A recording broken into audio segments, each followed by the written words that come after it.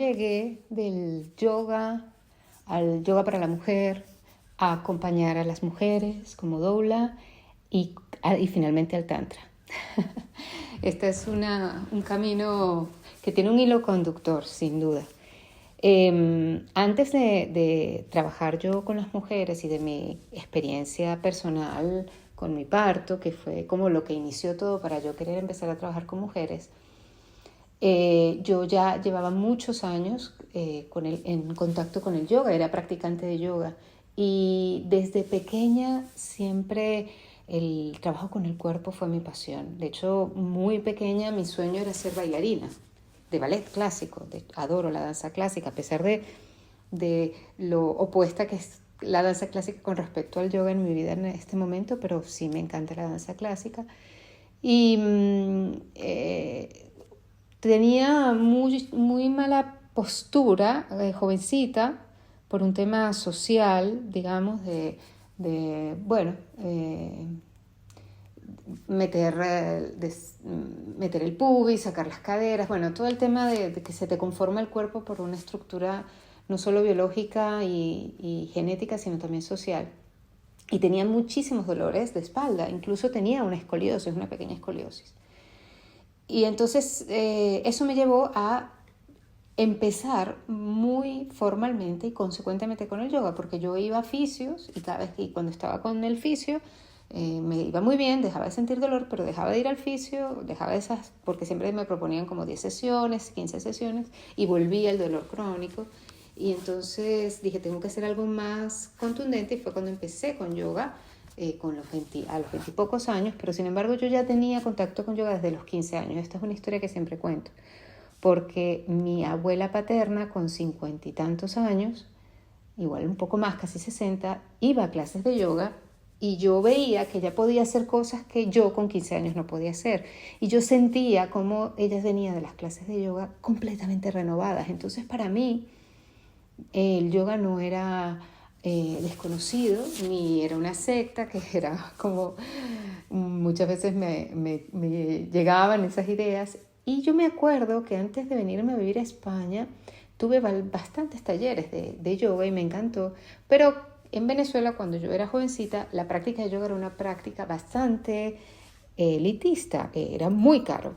En general, la verdad es que yoga, con respecto a otras prácticas físicas, es bastante más caro porque un buen profesor de yoga las formaciones de yoga son bastante caras, el material de yoga también, y porque se da algo más, mucho más. Entonces, bueno, hoy en día no cuestiono el precio que tienen las clases de yoga, pero en aquel momento no me lo podía permitir. Bueno, llegué a España, trabajando, entonces empecé a ser a practicar yoga como alumna. Y en un momento de crisis vital, el yoga fue mi tabla de salvación. Yo no tenía familia, estaba sola aquí en España. Mis amigos de toda la vida también estaban lejos y el yoga me ayudó a transitar esas crisis personal. Me metí de cabeza, iba a clases todos los días, practicaba 1 hora y media cada día. El cuerpo se me transformó, por cierto. Y de hecho, yo sé de pequeña que yo tenía una pequeña escoliosis y de mayor me han vuelto a ver la columna y ya no está presente. No quiero ser irresponsable y decir que se puede corregir las escoliosis porque no soy especialista y no sé hasta qué punto y en qué grado no lo sé, pero en mi caso fue así. Me diagnosticaron de pequeña una pequeña escoliosis y de mayor ya no la tengo. Me metí a meditar, empecé la meditación todos los días, transformé mi alimentación, hice varios cursos y decidí ser vegetariana, no por el tema ético animal, sino porque no me sentía bien cuando comía carnes o aves, entonces decidí ser vegetariana durante muchísimos años y así empezó mi mundo con el yoga y de hecho yo era simplemente una practicante de yoga. Pero ya en mi trabajo, que yo trabajaba en otra cosa completamente opuesta, trabajaba para la industria farmacéutica, me decían que yo era la comeflor, ¿no? Que como estaba siempre con estas prácticas de yoga, de meditación, de vegetarianismo, de naturismo, todo esto, pues me decían que era muy comeflor y yo siempre decía que mi trabajo no era lo que yo era, sino era lo que yo hacía. Entonces vino este punto de inflexión en mi vida que fue mi parto, mi posparto, y en aquel momento yo decidí renunciar a todo lo que era porque ya era incompatible con la persona que estaba haciendo en ese momento y porque yo realmente quería vivir a plenitud la crianza de mi hijo. Fue bastante radical. Yo hoy en día, si acompaño a mujeres en la misma etapa que yo, en el mismo proceso que yo, que me ha pasado, les recomiendo otra cosa. Bueno, si al final decides hacerlo, por supuesto, pero hay maneras de no haber hecho una ruptura tan extrema como la que yo hice, porque esto me trajo consecuencias, muchas consecuencias a mi economía, a mi vida, a mi estabilidad, a mi matrimonio. Trajo muchísimas consecuencias que asumí, que bueno, fue lo que fue, pero sé que se pudo haber hecho de otra manera. Pero en ese momento, pues renuncié a todo radicalmente, además en un momento de muchísima crisis económica en España. En el año 2009 la gente me decía que yo estaba loca y realmente ahora lo veo con retrospectiva y sí. Pero bueno, es así, como os he dicho en otras ocasiones, Shiva vino, me visitó y explotó todo y lo transformó todo y no pude seguir, no podía seguir con mi vida anterior.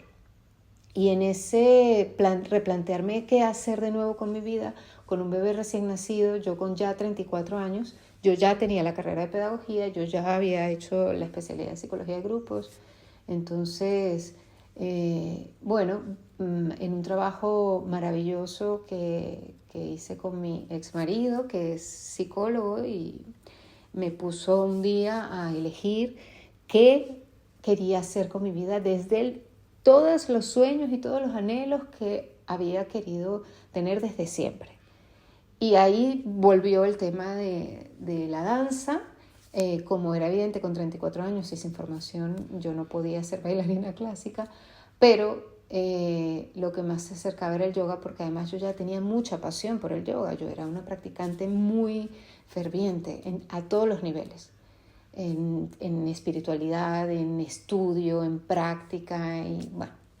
Entonces, bueno, me apoyó, me dijo, venga, pues fórmate con las mejores. Y hice mi formación de instructor de yoga, la de formación básica de 400 horas, y yo ya allí sentí el llamado a trabajar con el cuerpo de las mujeres. Entonces, el eje conductor siempre ha sido el cuerpo para mí. Viene el mundo del yoga de la mujer, me especializo inmediatamente, termino la instrucción, me especializo en yoga de la mujer, que en aquel momento se trabajaba el embarazo, el posparto y el cuerpo de la mujer, pero no tanto con la ciclicidad. Y entonces también paralelamente me empiezo a formar con mujeres especialistas en ciclicidad, y me empiezo a meter de lleno en el mundo hormonal femenino y empiezo a formarme como doula. Y en todo el acompañamiento de embarazo, posparto y lactancia. Entonces esto llevó muchos años, bastantes años. Luego, a mitad del camino, como yo me había especializado en yoga posparto, veía que ¿qué pasaba después del bebé? Que el bebé deja de estar en posparto, que la mujer deja de estar en posparto, ¿qué sucede? Y entonces me especialicé en yoga de la educación, que fue precioso también, y un camino que agradezco pero que no recorro porque prefiero seguir trabajando con adultos. Y bueno, ya mis clases desde ese momento empezaron a ser diferentes, porque no solamente eran el trabajo físico con el cuerpo, con las asanas, sino también con la conciencia y en el proceso en el que estaban viviendo las mujeres, bien haya sido pues el embarazo o el posparto o la recuperación, en fin. Entonces empezó este camino de conocimiento con las mujeres paralelo a mi propio autoconocimiento, y todo siempre el hilo conductor es el cuerpo. Es muy interesante porque aunque yo me he especializado en yoga somático, que es una rama del yoga, del hatha yoga, que se centra en el trabajo de la propiocepción, en la base de un fisiólogo que se llama Thomas Hanna, y que yo lo he tomado de mi maestra, de Monse Cobb, y de Donna Farhi, de Lisa Petersen y otros representantes del yoga somático. Realmente todo el trabajo con asanas es Hatha Yoga, que es una parte de filosofía del yoga, del sendero del yoga. Todo es Hatha Yoga. Bueno, el cuerpo para mí empezó a ser un mundo apasionante, y en todo esto y mi propia necesidad y mi propia autoobservación y el trabajo con las mujeres apareció la sexualidad como una forma de expresión del cuerpo natural y de conexión con el cuerpo o de desconexión con el cuerpo. Y entonces empezó mi búsqueda con todo lo de la sexualidad sagrada y el tantra, y descubrí, muy interesante, que el tantra no tiene nada que ver con, o sea, no es puramente sexualidad, es cuerpo, y es cómo te relacionas tú con tu cuerpo, sintiendo el cuerpo o viendo el cuerpo como algo sagrado, como algo místico y como el instrumento que tenemos para conectar con lo divino. Y todos nacemos con esa capacidad de conectar con la sensación de lo eterno a través de nuestra sexualidad. Entonces empecé también a investigar, a formarme. Formé parte de una escuela tántrica durante muchísimos años, que abandoné por temas dogmáticos que dejé de compartir, pero durante muchísimos años estuve con un maestro hindú, discípulo de Osho, aprendiendo del tantra, pero del tantra como filosofía de vida, como esa capacidad que tenemos de conectarnos directamente con lo divino a través de nuestro cuerpo físico. Y así ha sido, este es el camino que he llevado y que sigo, y que siento que el hilo conductor nuevamente es el cuerpo y la conciencia en el cuerpo, y el cuerpo como vehículo que tenemos para esta experiencia vital, y como nuestra manera de expresarnos, de comunicarnos y de conectar. Y también en esta etapa en la que estoy transitando y nuevamente acompañando a las mujeres del climaterio, de nuestra tercera etapa vital o cuarta etapa vital, depende si has sido madre o no has sido madre, en donde nuevamente el cuerpo es el que te habla, el que te hace sentir, el que te hace vivir, el que te hace llevar a estados más elevados de conciencia, de unión, que es yoga. Al final, yoga es la unión con eso más elevado, con el cuerpo, con tu esencia, con tu vida y con el mundo que te rodea.